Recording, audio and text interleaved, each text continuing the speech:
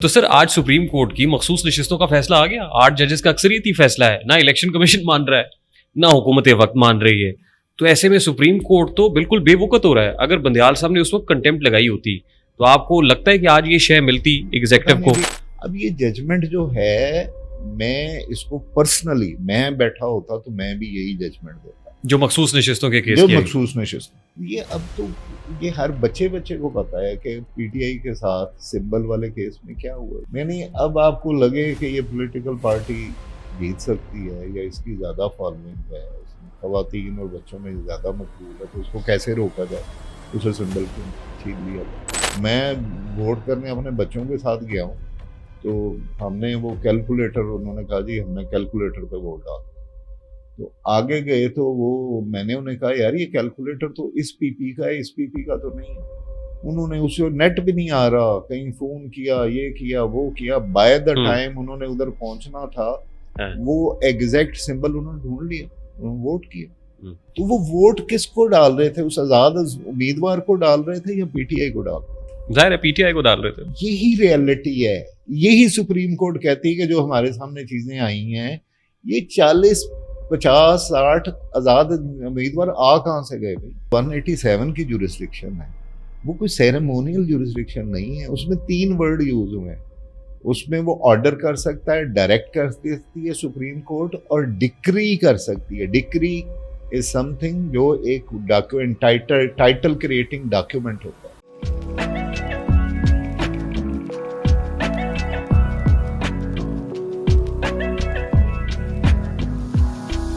तो सर आज supreme court की मखसूस नशिस्तों का फैसला आ गया। 8 जजेस का अक्सरियती फैसला है, ना इलेक्शन कमीशन मान रहा है ना हुकूमत वक्त मान रही है। तो ऐसे में सुप्रीम कोर्ट तो बिल्कुल बेवकूफ़ हो रहा है। अगर बंदयाल साहब ने उस वक्त कंटेम्प्ट लगाई होती तो आपको लगता है कि आज ये शय मिलती एग्जीक्यूटिव को? कंटेम्प्ट लगाने में भी वो उस वक्त की जुडिशरी ज्यादा एक्सपोज ना हो जाती। कंटेम्प्ट किन के थ्रू लगानी थी? आपका आईजी किसी को गिरफ्तार करने से इनकार कर दे, आपका जितनी कन्फ्रंटेशन बढ़ गई है, तो फिर तो आप अपने अपनी इज्जत, कंटेम्प्ट ना लगा के अपनी इज्जत बचाई ना आपने उससे।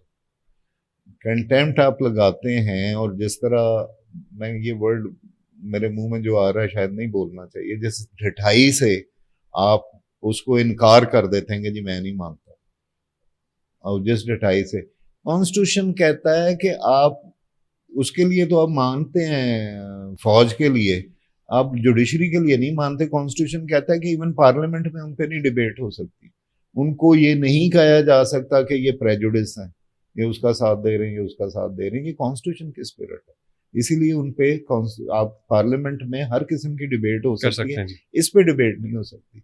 आप उस डिबेट को उठा के गलियों चौराहों में ले आए, और आपने अपने जजेस को जो है, हर बंदा जिसका दिल करता है वो उठ के कहता है कि जी ये पीटीआई की मोहब्बत में।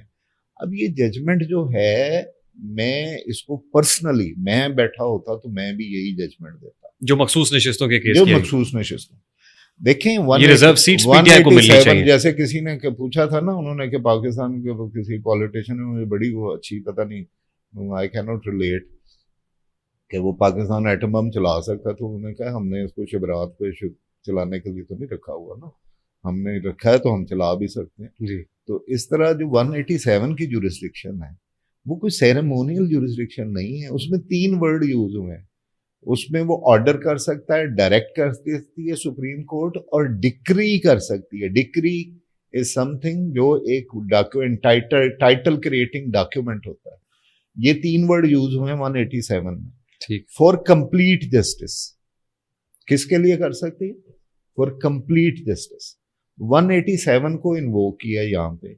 अब ये सीपीसी की बातें हैं, उस जजमेंट में भी उन्होंने लिखा है, और मैं इससे पहले से ये कह रहा हूँ कि ये सीपीसी 2 प्राइवेट इंडिविजुअल्स का, आपका और मेरा केस है, तो हम अदालत में जाते हैं, तो मैं पहले जो मैंने पिटीशन में लिखा है, उसके बाद मैं आर्गूमेंट्स में एंड पे कहता हूँ जी मेरी तो फलान चीज भी उसने देनी है, तो आप ऑब्जेक्शन लेंगे, यार ये तो तुमने अपनी पिटीशन में मांगी नहीं, तो आज तुम्हें कहां से याद आ गई? बिल्कुल। अदालत कहेगी कि नहीं मैं नहीं इसको देख रहा। ऐसे ही है ना, ये तो है ऑर्डिनरी लिटिगेशन। ठीक। सुप्रीम कोर्ट में चाहे 185 की जुरिस्डिक्शन में है, लिटिगेशन क्या है? लिटिगेशन है कि whether will of the people has been translated into electorates or not. बात समझ आई आप? What is democracy?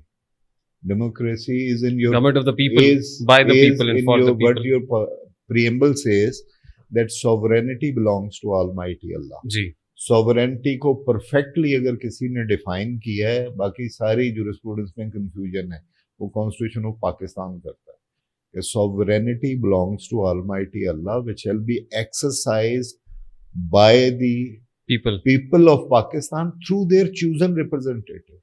अब ये हुकूमत जो है ये वो सॉवरेनिटी है, ये वो सेक्रेड ट्रस्ट है जिसने लोगों के थ्रू हो के तो चूजन रिप्रेजेंटेटिव और उसमें से फिर गवर्नमेंट बनेगी या ऑपोजिशन बनेगी, यही ट्रैक है ना। ठीक है। अब एक पार्टी है पीटीआई, बाकी बहुत सारी पार्टीज। ये अब तो ये हर बच्चे को पता है कि पीटीआई के साथ सिंबल वाले केस में क्या हुआ। नोबडी हैज टू, नहीं अब आपको लगे कि ये पॉलिटिकल पार्टी जीत सकती है या इसकी ज्यादा फॉलोइंग है, खवातीन और बच्चों में ज्यादा मकबूल है, तो इसको कैसे रोका जाए, उसे सिंबल छीन लिया जाए। ठीक, आपने सिंबल छीन भी लिया तो आज के ये वो बच्चे हैं जिन्होंने, मैं उसका हिस्सा हूँ, मैं वोट करने अपने बच्चों के साथ गया हूँ, तो हमने वो कैलकुलेटर, उन्होंने कहा जी हमने कैलकुलेटर पे वोट डाला, तो आगे गए तो वो मैंने उन्हें कहा यार ये कैलकुलेटर तो इस पीपी का है, इस पीपी का तो नहीं है। उन्होंने उसे नेट भी नहीं आ रहा, कहीं फोन किया, ये किया वो किया, बाय द टाइम उन्होंने उधर पहुंचना था वो एग्जैक्ट सिंबल उन्होंने ढूंढ लिया, उन्होंने वोट किया। डिजिटल दौर है, डिजिटल एक्टिविज्म। ठीक, ऐसे ही हुआ, बिल्कुल सही। तो वो वोट किसको डाल रहे थे, उस आजाद उम्मीदवार को डाल रहे थे या पीटीआई को डाल रहे थे? जाहिर है पीटीआई को डाल रहे थे। यही रियलिटी है, यही सुप्रीम कोर्ट कहती है कि जो हमारे सामने चीजें आई हैं ये 40, 50, 60 आजाद उम्मीदवार आ कहां से गए भाई? जैसे अनप्रेसिडेंट, इनको आजाद उम्मीदवार बनाया गया। ठीक, अब sir supreme court of Pakistan के पास, सुप्रीम कोर्ट ऑफ पाकिस्तान ने ये कहा है कि जो उनकी डेक्लेरेशंस थी, उन्होंने कहा कि आजाद उम्मीदवार से पीछे चले जाएं और देखें कि उन्होंने 39 का तो कह दिया कि ये पीटीआई के थे जी, 41 का प्रॉब्लम, 41 का जो प्रॉब्लम है उनको कहा कि आप बताएं कि आप पीटीआई के थे, और पीटीआई इस बात को मानती है तो ये सर्टिफिकेट जमा करा देंगे। सर्टिफिकेट जमा कराएंगे तो आप इसको पीटीआई का तस्वर करेंगे। ये आजाद डिक्लेयर होने से पहले की डिस्कशन है। ये बड़ा सटल सा पॉइंट, लेकिन 15 दिन का वक्त दे दिया गया। मैं यही तो आपको अर्ज कर रहा हूँ ना, 15 दिन का वक्त का ताल्लुक ही नहीं बनता उससे। 15 दिन का, 3 दिन का ताल्लुक तब बनता है जब एक बंदा इंडिपेंडेंट डिक्लेयर हो जाए।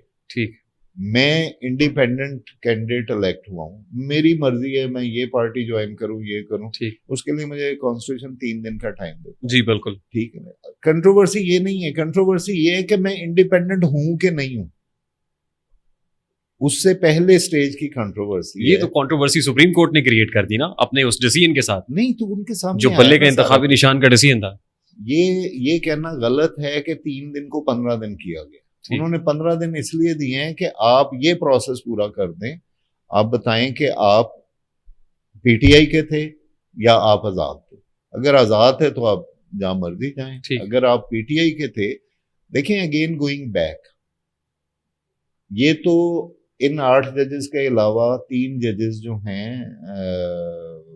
दूसरे फायज ईसा साहब समेत और हमारे जस्टिस अमीनुद्दीन खान और जस्टिस नईम अख्तर अफगान, नहीं वो नहीं, ये जो इनका 2 का नोट था और जस्टिस याया अफरीदी का नोट है जी, और इन दोनों का भी जो हमारे सीजेपी साहब ने जिनसे कंकर किया, मुझे नाम उनका भूल गया, जस्टिस मंसूर अली शाह की बात, नहीं जस्टिस मंसूर अली साहब तो मेजॉरिटी, यानी इन 8 के बाद 3 और जजेस ने ये माना है कि PTI was a party and is a party.